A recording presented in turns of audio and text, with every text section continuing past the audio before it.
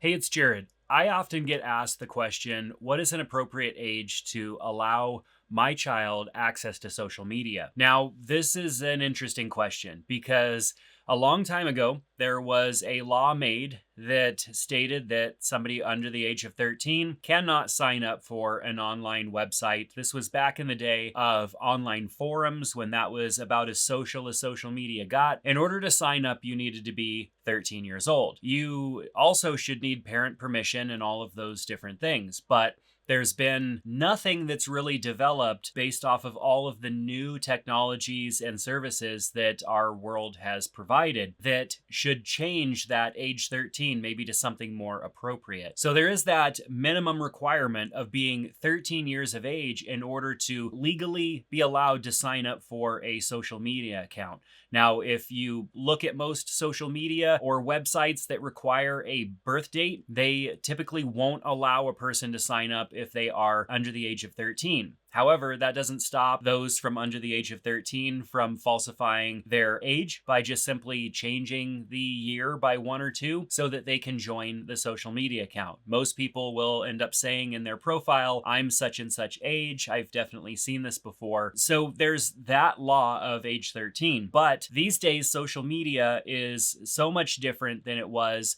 back when it first started. Online forums and stuff like that where people typically would just ask questions and get answers. It was more of a Q&A type of experience. Now social media is the sharing of lives, photos, video, and everything in between. And age 13 may not be appropriate anymore. This is where you as a parent have to make that decision based off of what you think is appropriate for your child and not based off of what the rest of the world is doing. I think it's very easy for us as parents to give in to the pressure that our kid is putting on us because other kids have access to certain things. And now I know my kids and I deeply desire to know my children well. And I know what they would be okay with, and I know what might be challenging and that I should probably avoid them having access to for a while. I think these days we're so busy, we have so many different things going on that we're missing the opportunity to even understand and know our children well enough to know what is acceptable for them and what we should prevent them from having access to for a while. So when it comes to deciding for an individual child what is an appropriate age for them to have access to social media, you really need to understand why they want access to that. You need to seek out the emotions behind the driving factor to why they want access to it in the first place. I know that a lot of times, and I even think back to different experiences that I had as a kid where I said, I want this because so-and-so has this. And typically it was a certain Nintendo game or being able to watch R-rated movies or something like that. These days, the lines are so much more blurry because that type of content that we might not want our kids seeing is all over social media. And so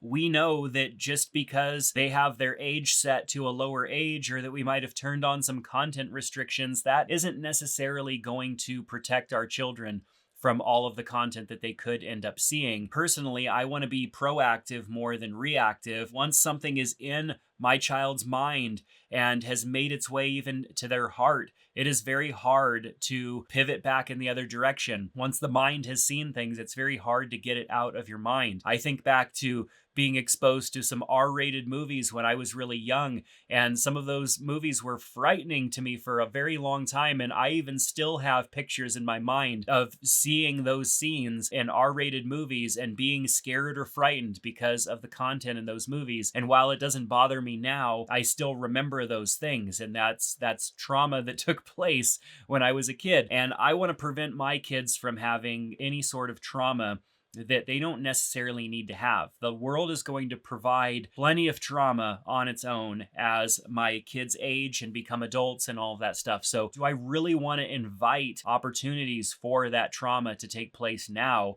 Especially when their minds are still developing, they're unable to reason for themselves that well, and the allure of seeing and doing and being a part of what everybody else is being a part of is just too great that their wise decision making will be impaired and they might not make the best decision in the moment. I know for me, when I got access to AOL and even before that CompuServe, when I was in my teen years, there were things that I saw and was exposed to that I definitely did not need in my mind. And it caused years, decades worth of trouble for me and challenges that I'll probably struggle with for the rest of my life because I was too young and I accessed those things and didn't know and kept it in the dark, didn't tell anybody because I knew it was wrong. All of that perpetuated and it just became a bigger problem. And that's what happens when our youth are exposed to things that they shouldn't see. They have a general idea of what is acceptable and not acceptable from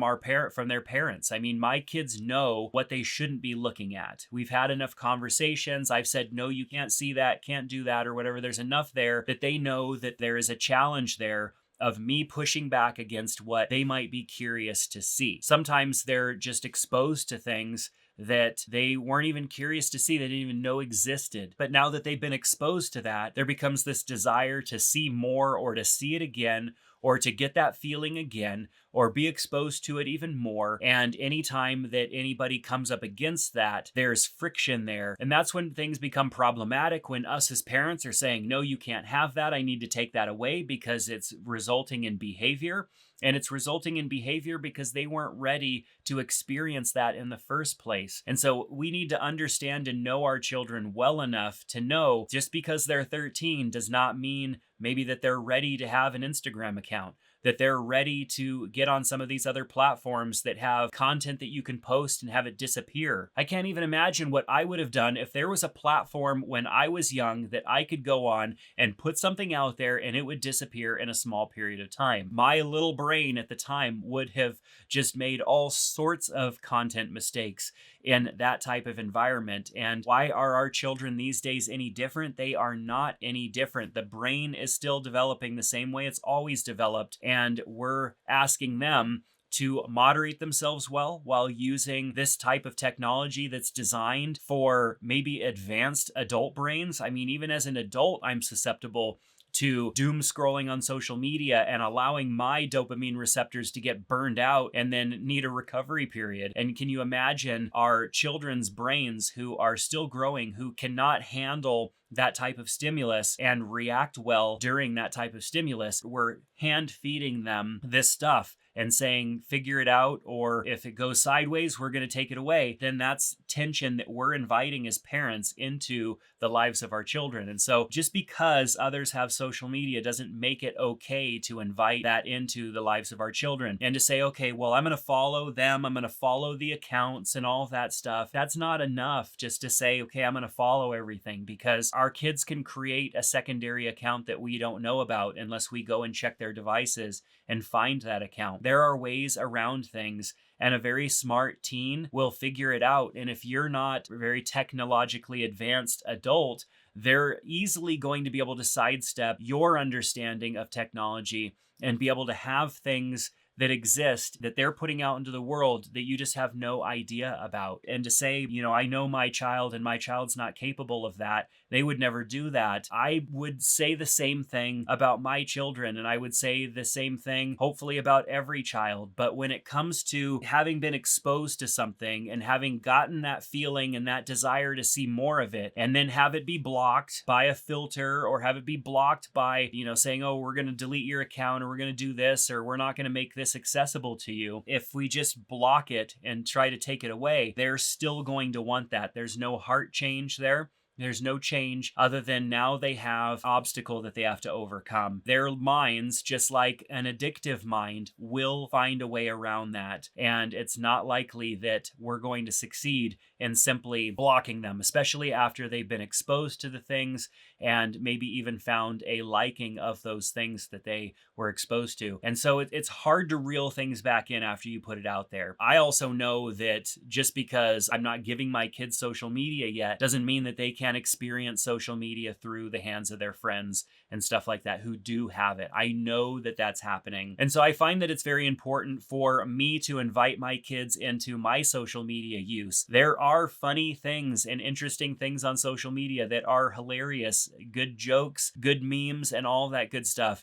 And so I curate some of those things for my kids and I to sit and enjoy together. And they've asked me, why are we watching these? Like, okay, we ran out of ones to watch. Like, let's just go into the feed and watch the rest. And I say, no, I can't do that because the feed will take us down a rabbit hole and I don't want to go there. I don't want to do that for myself right now. And I don't want you to be taken down that rabbit hole either. I will save some of these funny ones and we will watch them together. And then when they're done, we will turn off the phone and we will go do something else. It's that practice of a little bit of enjoyment, knowing when it comes to an end, and then going and doing something else that doesn't involve stimulating technology. And I want that practice to be reinforced with my kids. And personally, my kids are too young to have access to social media. My oldest is 14, and I don't see any reason why he would need to be on social media. If he was going to be on social media, the only thing that he would want to be doing is creating content so that his friends have something to see. And the same way that his friends are creating content so that he has something to see. And it's most likely not based on reality and exactly what's happening in their lives. It's probably sensationalized to some extent to make things look better and more attractive in the moment. And there's no need for us to reinforce that type of behavior in our kids whose brains are still growing and functioning, and they're still trying to figure out who they are and understand the intricacies of society and this world that they live in. To say, hey, here's social media where everything is polished and filtered and it's a highlight reel and it's also mostly not reality. Yeah, why don't you go and live in that world and hopefully everything will be okay. Like, I can't in my right mind put my kids into that sort of environment. Now, there might be a time in a few years where I allow my oldest to have access to social media because it is a way of communicating with friends and you do feel left out if you're not a part of it.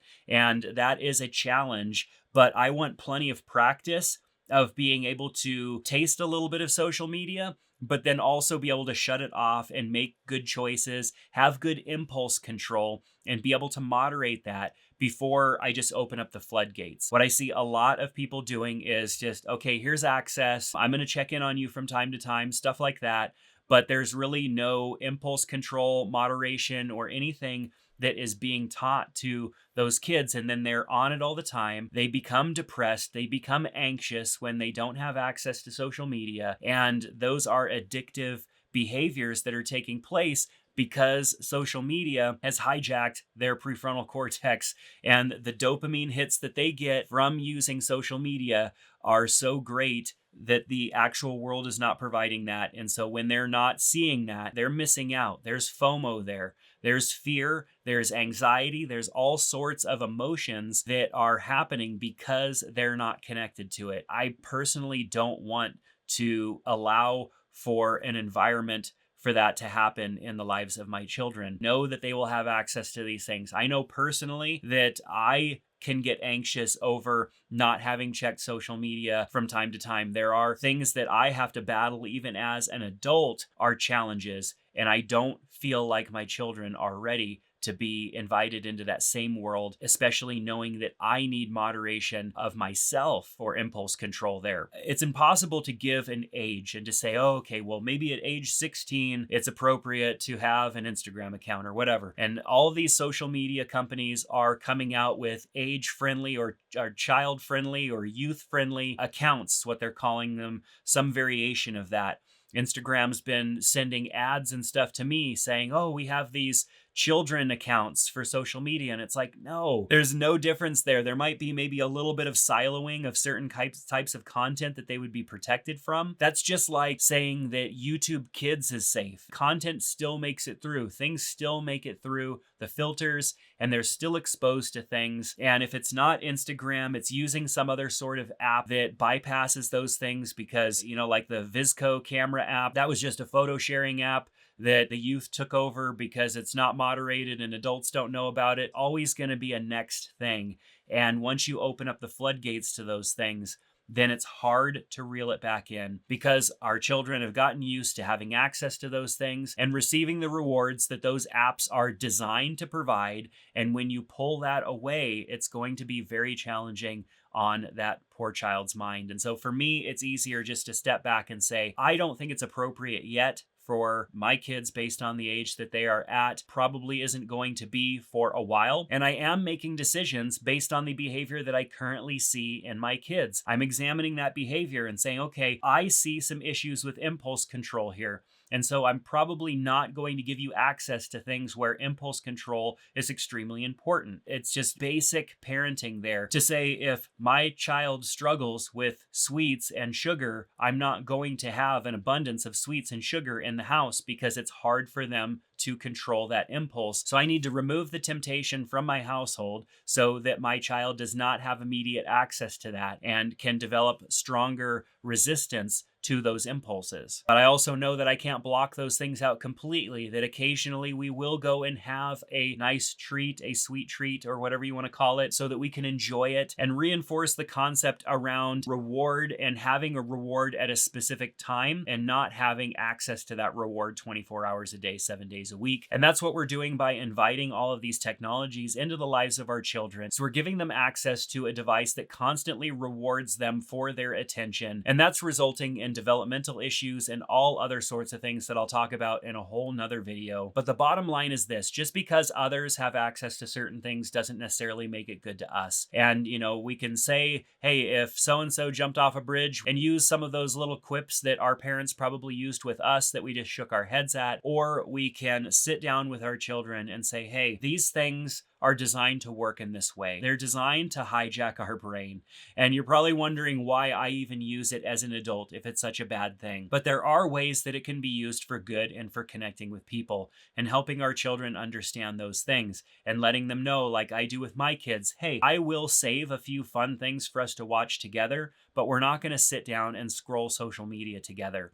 And I'm also not going to give you access to social media, filtered or unfiltered, for a while until I know that you're old enough to be able to handle this well on your own. If I continue to have those conversations with my kids, they might not necessarily hear me all the time. Yeah, dad's preaching at me again, giving me another lecture, but some of that stuff is going to lock in and set in. And eventually, as their prefrontal cortex develops and they're better at impulse control and better at seeing potential pitfalls coming their way, then all of the reinforcement that they've had up until that point is going to help them moving forward, giving them the ability to make better decisions and have more impulse control, especially as they become full-grown adults. So while I can't give you an exact age that I think introducing social media to your teen or your adolescent is acceptable, what I can do is continue the conversation on this channel, where as long as we're talking about this together, we're reinforcing each other's understanding and growing in knowledge so that we can stay a step ahead and continue to protect our children. Head on over to dadliest.com to learn more and subscribe so that you can get notifications when I put out new content.